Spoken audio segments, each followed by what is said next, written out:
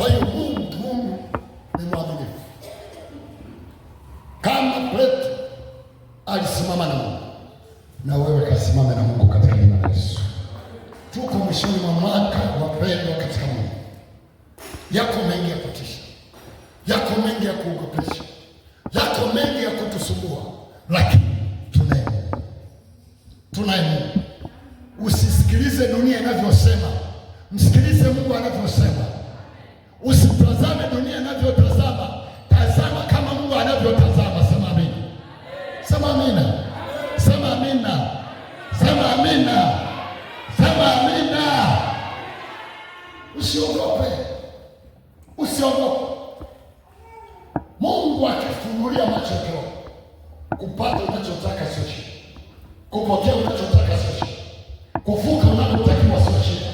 Shetani mmoja kazi anayofanya ni kutuwekea mipaka, kutuwekea mipaka na kututisha, kutuambia baadhi ya mambo hayawezekani. Yasiyowezekana kwa wanadamu, kwa Mungu yanawezekana.